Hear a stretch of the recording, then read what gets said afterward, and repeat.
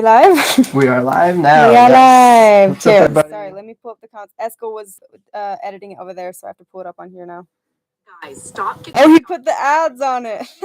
Oh yeah, everything's all set up. When you do it from a computer, it lets you add everything. Okay, cool. Hello, we got so many people here. No, I was like setting it all up, and we said we had up to 40 people just waiting for us to go live. It was so exciting. And you guys are all chatting back and forth. It's so cute. I love watching you guys just be. I feel like you guys get a lot out of it because you guys also have this little community, and you're all best friends. It's like a little group hangout. What? I was pulling something up on my phone for you guys. Number 37. So we're on Culty Cup of Coffee, number 37. Welcome. Before we get into the who number 37 is in the order, I just wanted to say, I said this on Esco's channel before we went live on here, but we're both wearing merchandise from our friend. She's also a YouTuber. Oh, yeah. Her name is Amber Hupchick, and I think she's here in the comments right now, right? Mm-hmm. Yep. So thanks for the merch, Amber. We put a link to her merchandise in the live stream, right? Did you do that? It's in the description and in the chat. Yeah. So go check out her channel. She has a really cool Jeep, and I was just looking at your website too, and I need to get better at my website. She's actually not on right now, but she'll probably see this soon. Yeah. We'll go show her some love.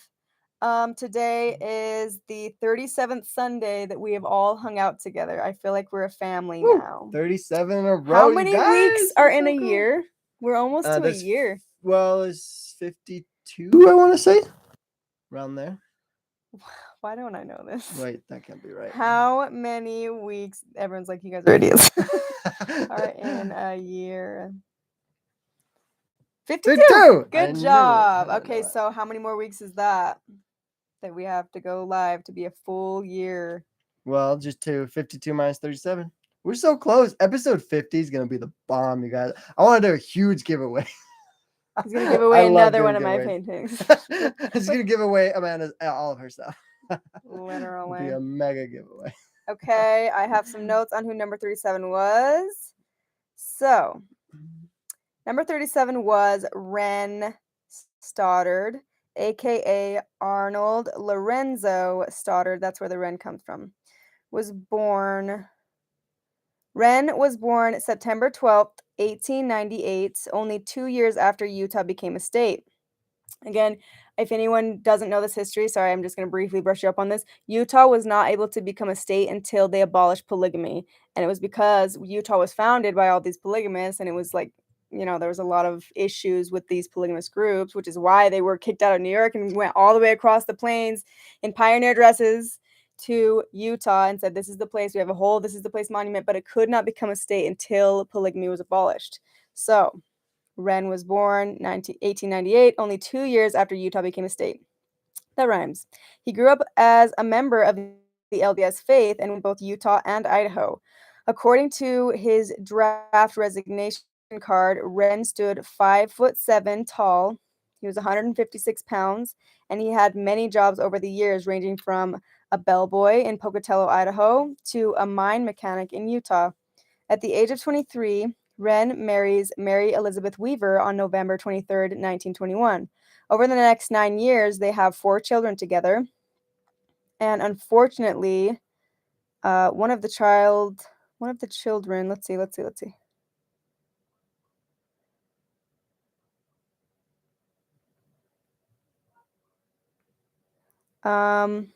Their oldest child was 7 at the time that Mary passes away. Okay, I'm kind of confused because there's the wife is Mary and there's a child Mary. So Mary dies at the young age of 30 on February 2nd, 1930. Their oldest child was 7 at the time, and the youngest was barely a year old. Okay, so I'm assuming that that's the mother that passes away.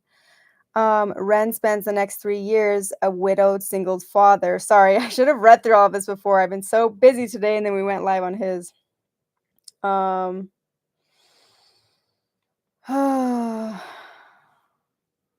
he's a widow, and on April, let's see.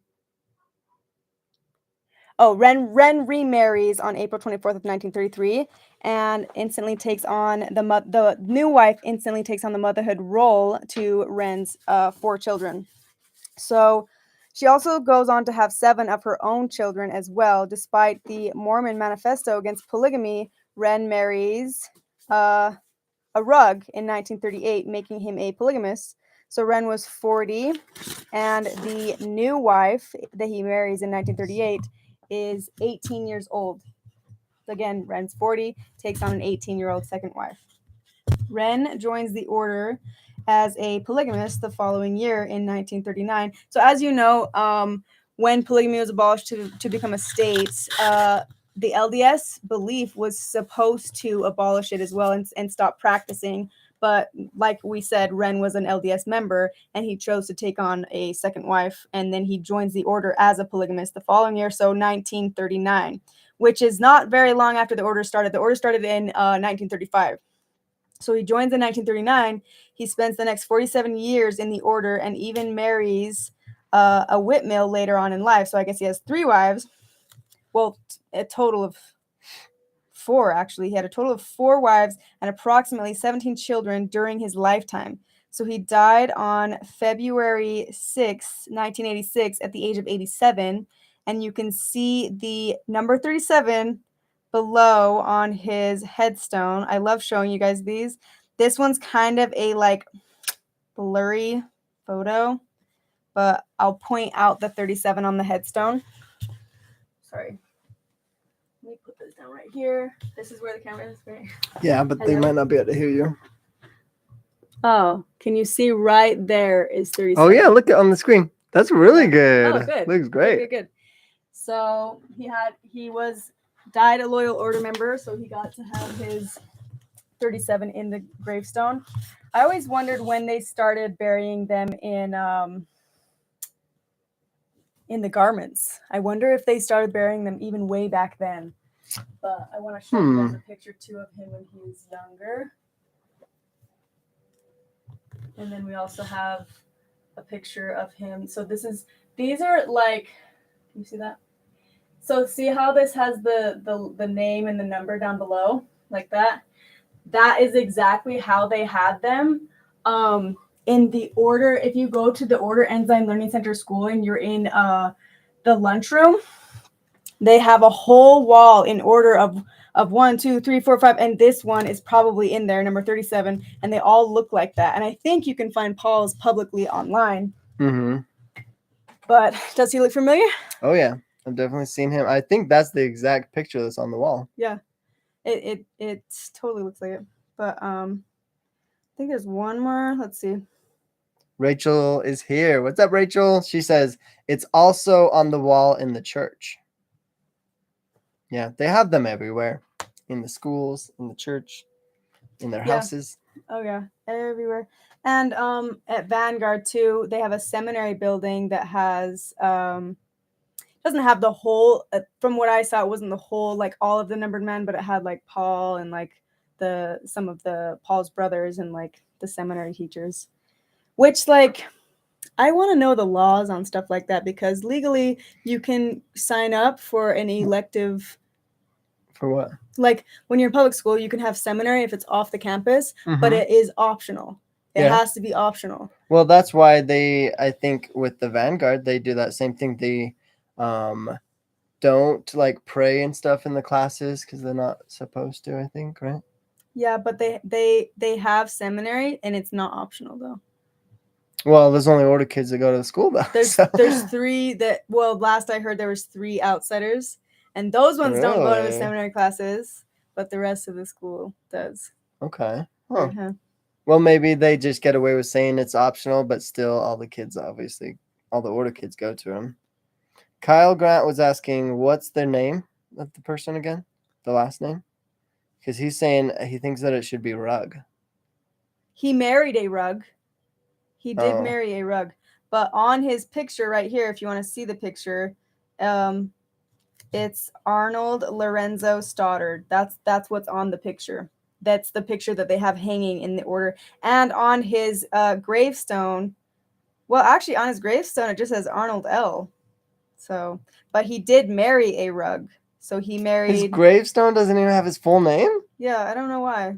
Weird. Maybe there is some confusion on the last name, but let's go through the wives again. Well, So Pamela has a good point. Is there any relation for us to him? Stoddard? Yeah. Stoddard. I honestly think that the Stoddards, so you remember the Stoddards. None of the Stoddard boys that I saw married a Kingston girl. Like, because the Stoddard family it was kind of like the Hanson family. They were not Kingston, so they can't interbreed. So I feel like if we are related to the Ruggs. So his wife that he married that was Ruggs, we are related to her. I'm not sure the lineage to the Stoddards because we were saying, he came from the LDS church and joined. But we are related to a lot of their kids because like you're intermixing, right? But I don't believe we are related to Stoddards. I'll have to double check on that one. There are those few families, and honestly, it's hard to. I feel like they kind of get pushed out because like most of the boys, the ones that I know, had to marry like they kind of just left and married other girls. There's one that married a Hanson, but again, Hanson is also like less Kingston. So I haven't seen any Stoddards marry any Kingston girls because that they're like not Kingston enough, right?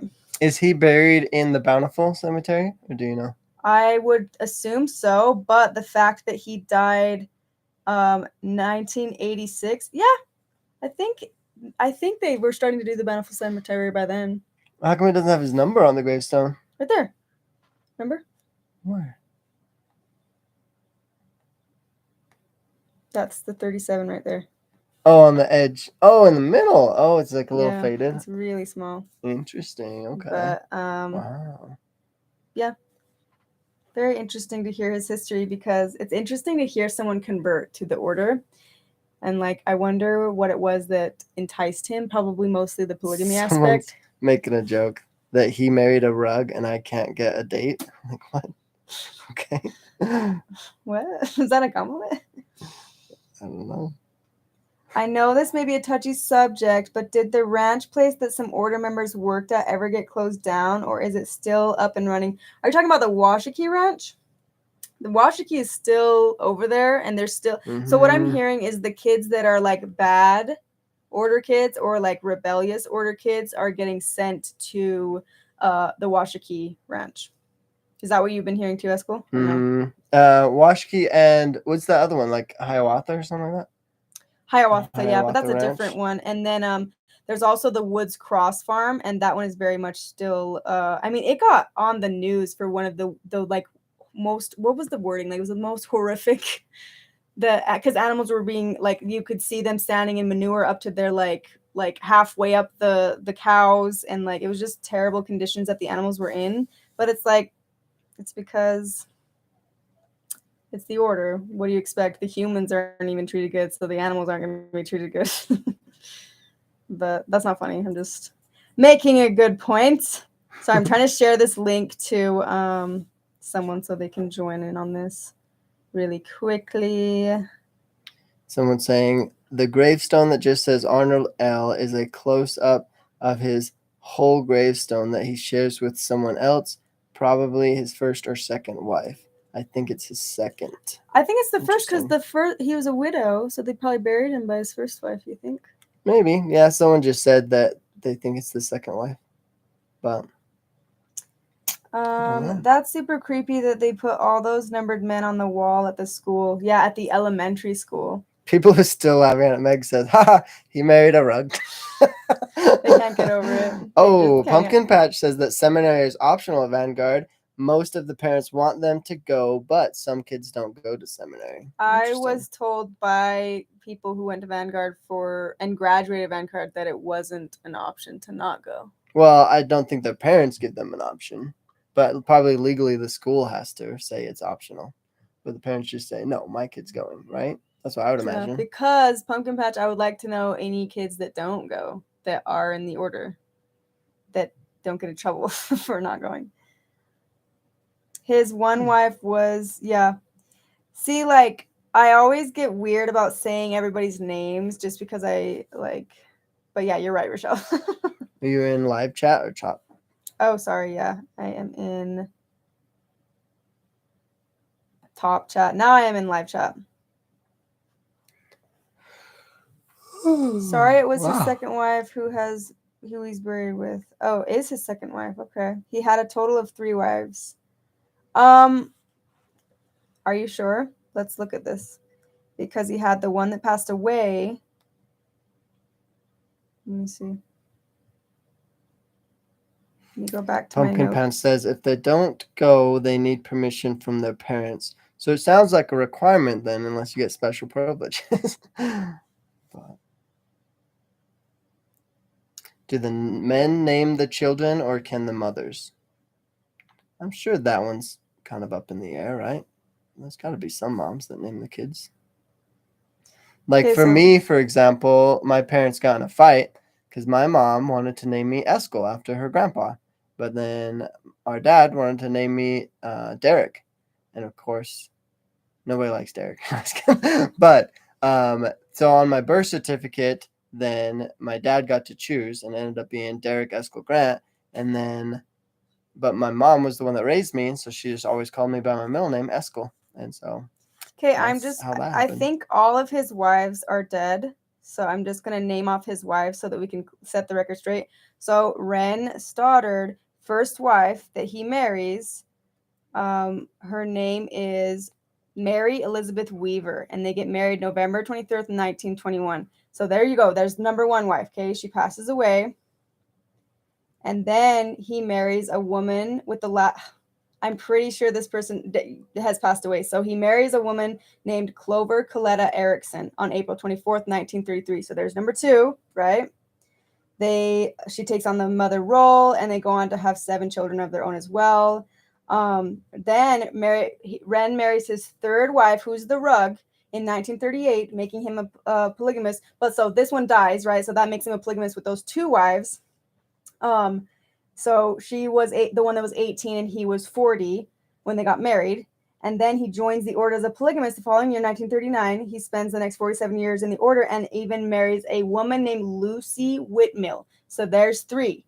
So technically he wasn't living polygamy with 4 because this one died, but technically he had 4 wives in his life. Does that make sense? I think maybe I was confusing people because he only had 3, but he had kids with that first one, kids with so 4 wives total. Sorry if that confused anyone. Nice. You got a donation. Thank you, Christina Fisher. Yay. Thank you for sharing your experience and knowledge. It's very interesting. Thank you. Sorry, sometimes I feel like I confuse you guys because I also confuse myself when I'm reading through it. And this one, I'm going to be honest, I did not prepare for because it's been kind of a heck of a week here. But we've both been all over the place. Literally, like for 3 hours before my live even, I was so focused and worried about my setup and getting everything connected and working and testing it out. It was a lot of work, you guys. I've never seen Esco get nervous for a live too, though. But right before your live, you were like, I'm nervous. Yeah. Why am I nervous? But I honestly think that when you see that number start growing, you get more and more nervous. Well, yeah, the fact that there's a lot more people and that it just makes, like, a part of me, I want these videos to be super entertaining and super interesting and like awesome, because these are my lives, these are my videos, this is my YouTube channel.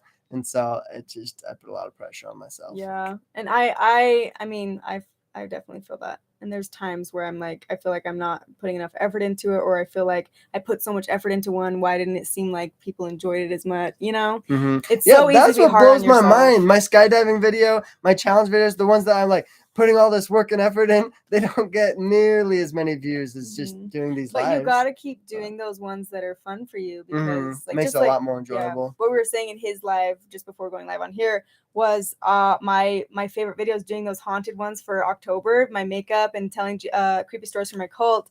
Those ones did the worst, but I had the most fun creating them. So I definitely want to continue that. Yep. Rachel says, I have to hop off soon, have work in the morning, but I can't wait to see you guys both. Aww, don't leave us, Rachel.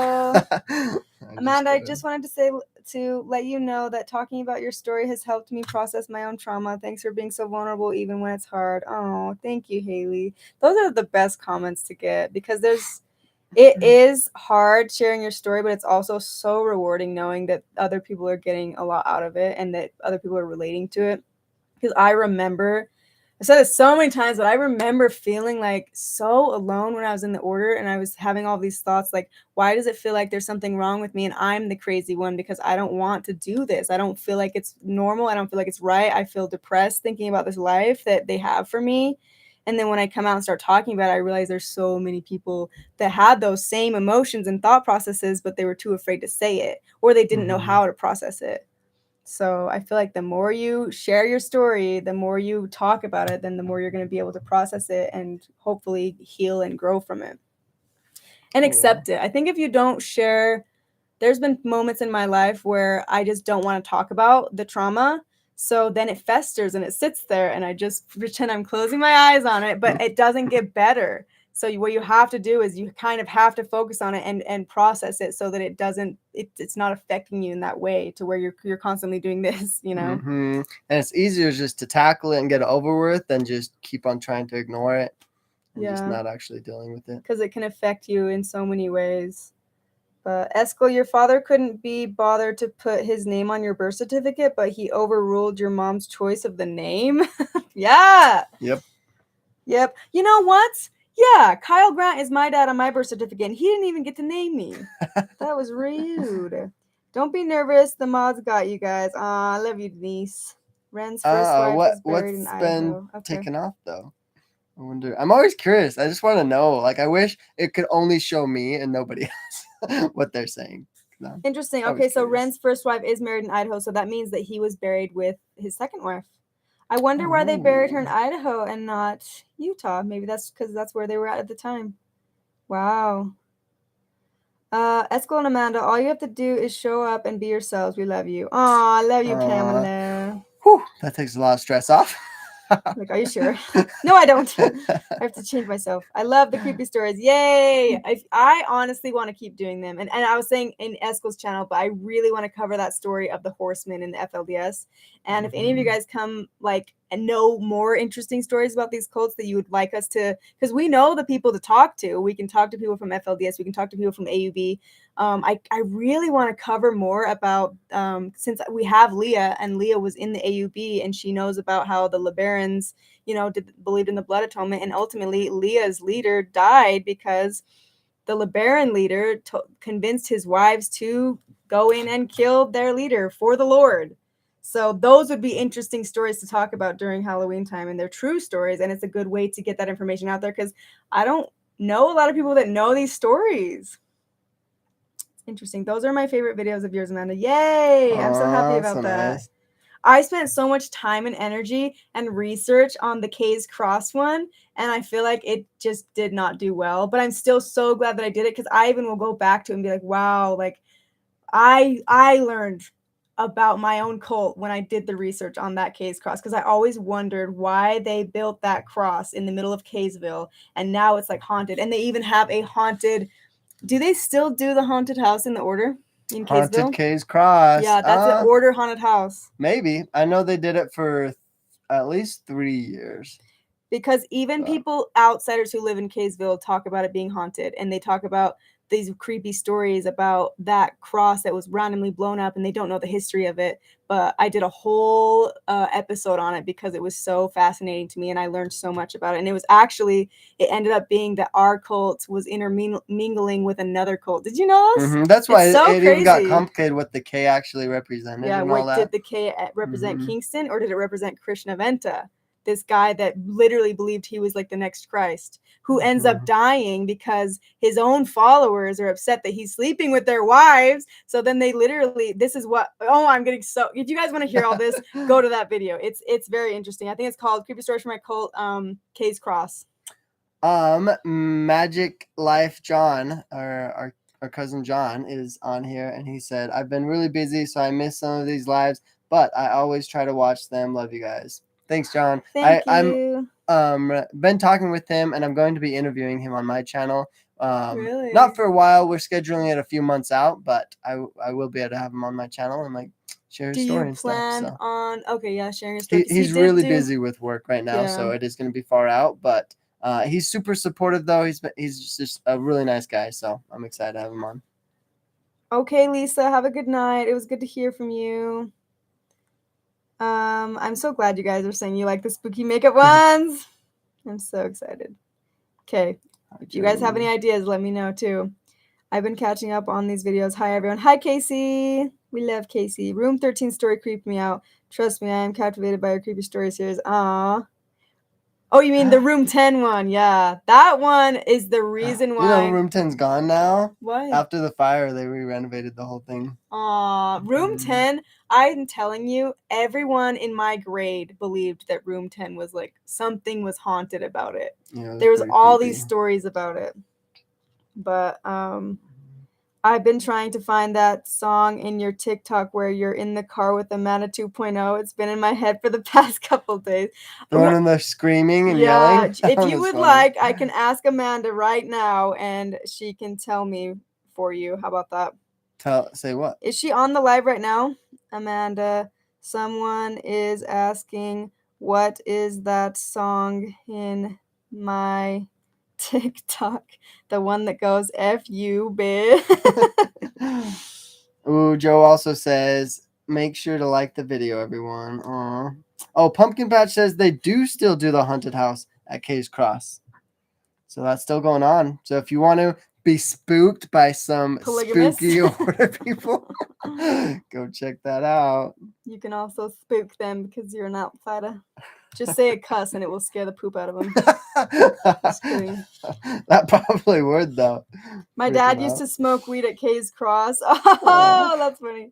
Any updates about the boy who went to jail for the hate crime? Oh, yes. So there is. So he gets arrested, and I think we already kind of talked about this, but the police let the hate crime go until the mother and the sister, it sounds like they kind of teamed up and were like, this is not okay that they're just going to let this boy go for harassing and what was it? He punched him? Yeah. Mm-hmm. I don't know. I wasn't there, but yeah, it was all uncalled for. And so they take the recording public. It gets millions of views, at least 1 million views on Twitter because they went public with this. And then I think they showed, they like tracked down the police officer, showed them the recording. And then like we all helped them to, I think the ex-members helped them to find out who this kid was. And then they were able to find out where he lived. And so then he gets arrested. Then there's this whole like hashtag in the order that's like, pray for, or no, justice for so-and-so, the name of the kid who's the minor that punched the gay couple. So the order is like acting like this poor kid is going to jail for like no reason. And then I guess they got upset that this kid went to jail because this is Paul's son. This is the leader's son who did this hate crime. They get upset and they go to the property and they take down gay pride flags. Mm-hmm. And then I think another kid got caught and he also got charged. Oh wait, I thought he got away with it. No, they really caught him? There's 2 kids that got charged. I'm thinking there might be one more that's being questioned, but as of right now, there's 2 kids that got charged. Wow. That I know of. Sorry, if anyone wants to give more information on that, I would love to hear it. But it became such big news and for good reason. Mm-hmm. And I even commented on, so there was a page that was talking about how messed up it was that these kids decided to go back and take the flags. And I commented publicly like these kids are from this cult. Like I don't think a lot of people know that this was a Kingston Clan kid and not any kid in the Kingston Clan, the leader's kid. And that's why I'm so glad they got caught because I'm sure they're shocked. Like, what? I can get in trouble? Like, oh my goodness. Yeah. And that's the thing. I don't think that he's getting any repercussions from the order. Mm-hmm. So thank goodness he's getting repercussions out here and he's paying for it out here. But again, like he's a minor and he was raised where this is normal to be homophobic, but like it's not okay. Mm-hmm. Like treat others how you want to be treated. A lot of people think though, if you look at the comments, even on the Twitter video, on the news video, Order kids just comment or hashtagged justice for him. Oh. There's okay. Order kids in here saying justice for the kid that committed a hate crime. So where was I going with this? I lost my train of thought. But whoever was asking for the song recommendation, it's called It's got a cuss in it, but it's called Break, S-H-I-T, by Jasiah, Jasiah. That's the song that was playing in the background of the TikTok. So, you're welcome. Esco and Amanda, you both are doing great. Thank you. Happiest Northwest. So 37 got his number before your dad. Now I get why you say it's hard to explain the numbering system. Eesh, that sucks. So if they're not righteous enough, does their number get taken away? Yeah, so if you guys remember when I did my dad's episode, his number actually was someone else. Someone else had the number 36. And what I think happens is either they fall away from the church or they try to leave or they don't like the law of consecration or the law of one above another. So it sounds like there was a lot of weird stuff happening, I guess, at that time. I don't know. But yeah, they, I guess, weren't worthy for number 36. So then my dad takes on the number, right? And because when you die with the number, just like that, you see it on the gravestone. So my dad, when he dies, he's probably going to have 36 on his gravestone, just like my grandpa has 93 on his gravestone. Even my grandma, who is the sixth wife of the leader who had the number 8, her gravestone had number 8, 6-6. Like the numbering system is like they're so obsessed with it. It's so weird. You have 228 people here. Wow. Oh my goodness. Hi, you guys. What's up? Hi, Order kids, Order family. That's so interesting that they're really trying to keep the bloodline pure. It's confusing. Are they still trying to get FLDS people to move to the order? I know they went down to the creek when that flood happened, and they were like really welcoming to the women because obviously they're short on women. There's a reason why Paul had that meeting about how to impregnate your wife and have it more likely that she get pregnant with a daughter rather than a son, because they're low on women. Because he probably needs women for his sons. He has so many kids. And he's trying the first wife's kids. Have you noticed the first wife's kids get like at least 3 wives by the time they're like 23? The boys. Way young. Yeah. They get married so young. It's crazy. So it's interesting that it's so funny because they're not welcoming, but they will try to. The only way they can get girls from other outside is if they're from other polygamous groups. Because who is going in their right mind is going to join polygamous cult? Every once in a while they do, though. It's quite surprising. Every person I know, though, that joins and participates and like signs 10% forms and does all that, they came from a different cult. Well, except for whisper in my ear. Who? What family? Yeah,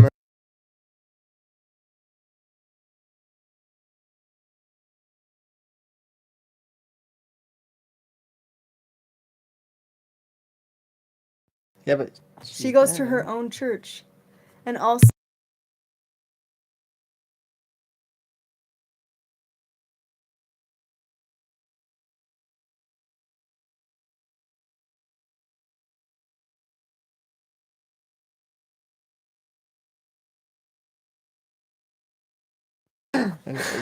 I love Sorry about that, guys.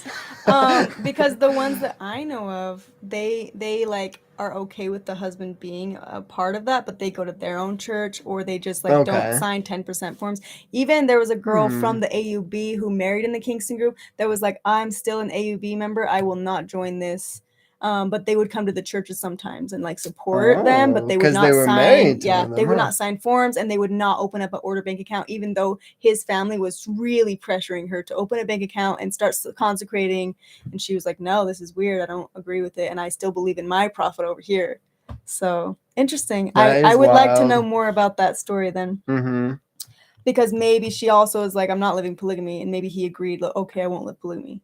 That's true. They aren't living polygamy, so maybe that was like one of their agreements or something. But there's got to be something in her history that made her as reckless enough to marry a polygamous boy in a polygamous cult. It is reckless. It is reckless behavior to join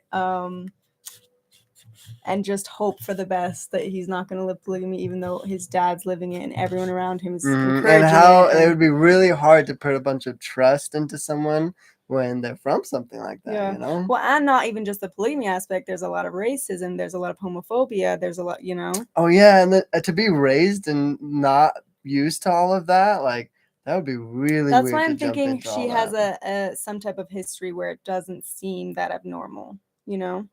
Maybe. Kind of like with mom, she was like really exposed to it at a young age, so it didn't seem as far-fetched.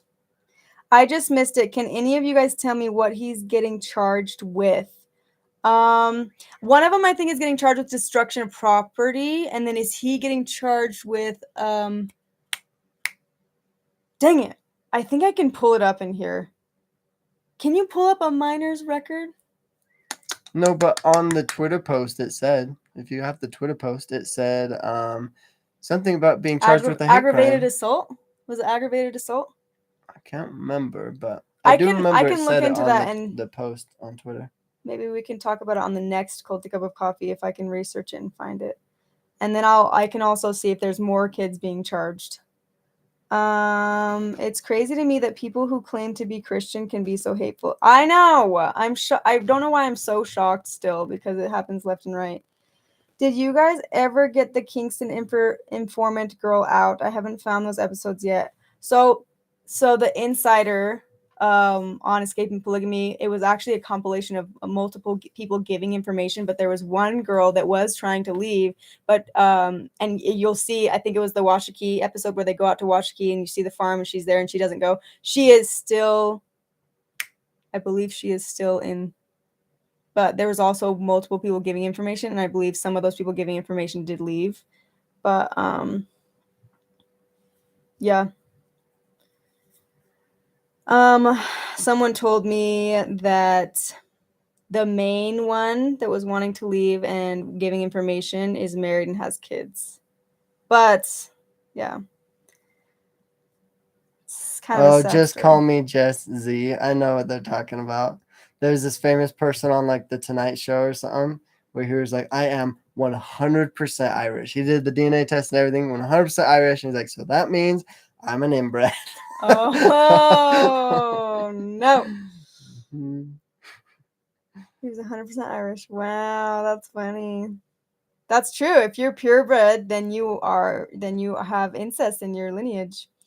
They still won't have enough women if every man has at least 3 wives. Yeah, exactly. Assault. Yeah. Was it aggravated assault or just assault?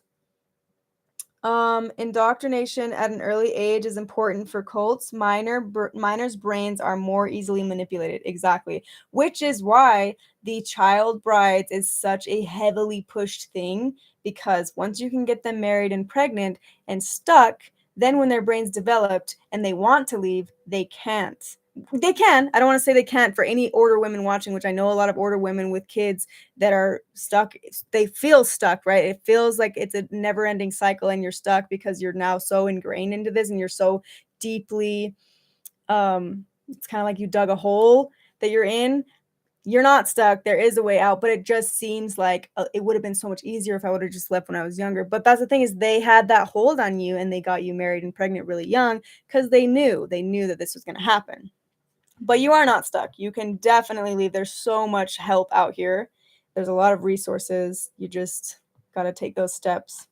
I think so. Philip Kingston is saying, I'm curious why you all believe them when they're just, wait, what is it? Why you all believe everything they say with only hearing part of the story. Okay, if you would like to tell us the other part of the well, story, first then go of ahead.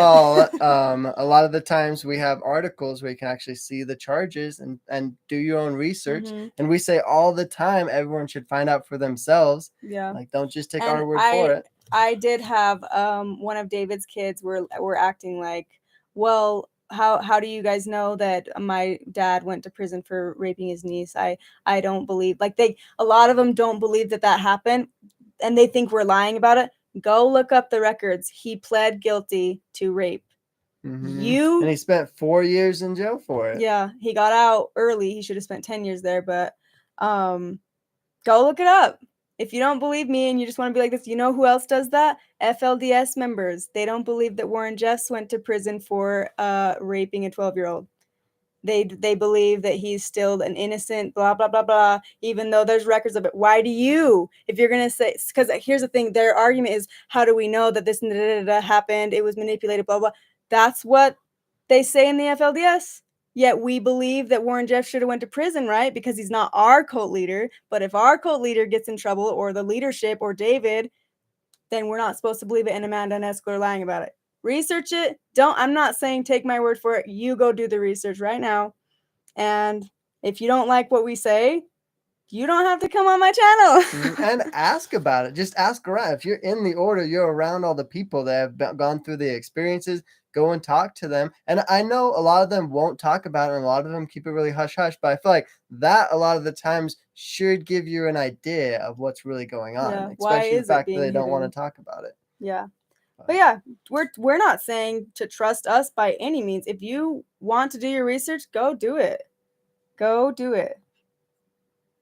There's a reason we're successful and progressing. If you think the order is progressing, then you don't see the full picture. The order is dwindling away. I get it. You guys have lots of babies all the time, but that's not what progression is. I will say, I do think that in some areas they have gotten better. Like, they don't force. Well, a lot of the kids now have more social media and fight back. Yeah. So yeah, they're having to be a lot more careful about what they do. If there was no social media and the kids weren't fighting back, then yes, there would be way more underage marriages and more polygamous brides. But because that whole lawsuit happened that put David in prison, they've been more careful. But of course, there's still living incest. There's still half siblings getting married. There's still racism. And obviously, there's still hate crimes happening. There's still homophobia. Melanie says, mobs are successful. Gangs are successful. That's a good point. That's a good point. But what we're trying to do is we're not trying to be like, oh, everybody in the order show, blah, blah, blah. We were in the order. We have loved ones in the order. That's why we're here, because we want to tell you guys the knowledge that you do deserve to have. And you can do your own research too. We encourage that. I loved doing research when I was in the order. I did so much research that guess what happened? I left. But I remember being that person that wanted to do this, like everyone's lying, so that you can, because like Mark Twain said, it is easier to convince someone of a lie. It's easier to be fooled than to be convinced that you've been fooled. So I get it. It's hard. It's a hard pill to swallow. So I understand. Mm-hmm. But I do appreciate that you are willing to come to these lives and listen. Because you're at least doing something that not even the numbered men will do. They don't want to talk about it. They don't want to be transparent and open and question things, where I feel like it would just be a lot nicer if they would. And honestly, how many children are abused in your religion? How is that successful? Here's the thing, though. This Philip Kingston kid doesn't realize all the abuse that's happening around them. I didn't realize all the abuse that was happening around me because it was normal. It was so normal. So I encourage, which is why I made that video on birth control and like basically women's rights, because I didn't know what marital rape was. I didn't know technically even the definition of rape till the full definition till I had left. And there's a reason why they don't educate. If you don't educate someone, they're more easily manipulated by the person that has all the knowledge and power, right? Because knowledge is power. So all I'm trying to do is give knowledge to you, and you can do with that what you will. That's a good point. At least not publicly. You know the numbered men are watching just under. Yeah. Well, that's the thing. Yeah. But my point on that is also that, like, even when I've asked for a representative and like they at face value they act like, oh, it's fine, yeah, totally, like, we can have someone answer these questions for you, but then they never do. Once they know what they're going to be asked, then they always back out. They don't want to go public about stuff, and they just act so shady. It's just weird. I got to the point where, because I did have order members wanting to come on my channel and stuff, and I got to the point where, just like that happened with you, you put all this effort and energy into editing it and putting it out there so the world can see, and doing it the way they want it, just to have them be like, please take it down. And we respect you guys enough to take it down because we don't want you to feel exploited. But then it's like Esco puts all this time and energy and work and effort into something that's just going to get taken off the internet. Oh, yeah. All of my videos with the insiders, they've all had to be either taken down or they canceled. And they, even after editing a lot of them, then they asked me not to post them and stuff. So it's just been a lot of work and effort, and like I'm no pro at this. Like every time is a learning experience, and it takes me forever to get these videos done, and then to just not be able to do them, it just makes it really hard. Makes it just not seem very worth it to try and again insider to be on my videos when it's most likely not going to work out anyways. Yeah. And I would love to be able to give them that platform, but they also have the right to make their own platform too. But what do you think the biggest reason is as to why they, as soon as it gets posted, they hurry and want it to get taken down? Do you think it's here's the repercussions? The thing. Order members, I think a lot of order members are not doing all the bad stuff. But the order members don't have a say in what the order's website will have or what the order's social media. The higher ups have control over, the social media face of the order, and they're the ones that are saying no and that aren't doing that. And I think it's because they're the ones doing the most shady stuff. They're the ones getting away with a lot of illegal things, and they're the ones that have to know deep in their heart that the order isn't, doing all the right things. Are you talking about like the one that goes on to Wikipedia and changes the facts on there, and then the order's website, how it says we do the golden rule, blah blah blah? Well, whoever's in charge of that, I don't know if the person himself that's doing the edits knows or fully understands it all, but I feel like the leaders that are in control of what should be on there and what gets to be on there, they're the ones that don't want to be transparent and be open, whereas a lot of order members, just like the people I interview, they want to tell their story. They want to because they're like, we're living polygamy, there's nothing wrong with that. Like when I was a kid, I wanted to tell people I had 3 moms. I didn't see anything wrong with it. Like a lot of order members truly aren't doing anything wrong, and they think it's fine. They understand that it's like they've made the decision, and it might be different to everyone else, but they feel like they're doing okay and they're fine. But they don't realize that the full picture as a whole of those leaders that are in control, that are not letting it be transparent, those are the ones that are really limiting them. Those are the ones that I feel like are actually scared because they know everything that's happening. They're the ones that actually are a part of all of the shady things that the order might be doing. And there are good people in the order. Like I was saying, I can't stand that people think that I'm just like this order hater and I hate every single, even the babies in the order, and even because no, there are really good people there in the order that are fighting to make the order better. There are people that are trying to kind of infiltrate from the inside because they feel like they have more of a voice there, because once you leave, like me, then you are tainted, and you overnight you get a bad reputation, and you're not supposed to be coming around the family. You're not allowed to come to the church. So a lot of people stay because they feel like they have more power because their family trusts them there, even though they don't believe that it's the true church. So, but I do believe that, I mean, if people are more aware and they're open-minded, they're opening their eyes, we have, and if we're going to be talking about it and exposing the darkness, right? Like yes, David O. Kingston shouldn't be raping his niece. That's a no-no. Like we need to be addressing and bringing to light the issues. And then maybe by talking about it and by trying to make it better, we will make it better, But it's not going to help by defending someone that went to prison and defending the men who were, like, own up to your faults. Don't say justice for so-and-so when it's so-and-so went and committed a hate crime. Like, no, we don't do hate crimes. We don't approve of that. We don't want to be that kind of person. We want to be better than that. Yeah. I was so shocked by the response of the order. Because we really are trying to be understanding. We know that the person that committed that hate crime is a minor and that they've been raised this way, that they don't fully know and understand all the repercussions to that. But that also doesn't mean that they shouldn't be held accountable, for their actions. Yeah, definitely. But I don't know. We all need to be able to get along and work things out. If you just will ignore everything and act like you're above the law, then you're never going to be able to like coexist with people. You're always going to want to step on people. Yeah. And that's not going to help anyone. And that's what we want at the end of the day. We just want growth, and we want people to be everyone's voices to be heard, and for there to be no more victims. At the end of the day, that's what we want. So anyways, I'm supposed to be picking someone up. I was supposed to like 10:30 20 minutes ago. Yeah, so I gotta go. But this was so fun though, man. Even though it went on really long, we should have just started earlier. I swear we could go like all day on these lives. Oh man. But just FYI, Utah became a state before polygamy was abolished. Let's look up this right now. When did Utah become a state? The ancient one, TMNT.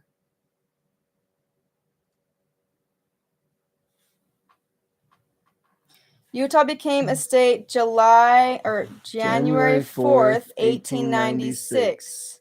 The objectives were lifted and Utah inherited the Union on January 4th, 1896. Explore Utah's path to statehood. When was polygamy abolished? In Utah, I would put. It like brings up. Well, the number one is in India, and then the second one is in Utah. January 8th, 1862. What was the other one? January 4th, 1896. So yeah, it became a state after. Oh wait. Yeah.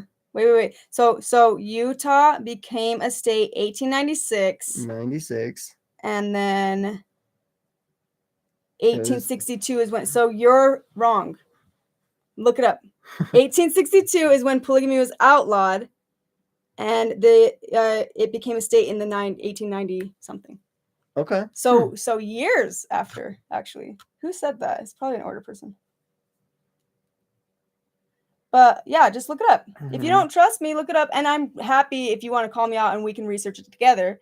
Mm-hmm. But and there has been times where I slipped up and I accidentally said the last name Kingston when it was actually like a Gustavson, and I've corrected myself. So I'm happy to correct myself if I'm ever giving wrong information. Because we never claim that every single detail is going to be exactly right that we say, because we're human, we make mistakes. Yeah. But the majority and the point of the idea is what we're trying to get across. Mm-hmm.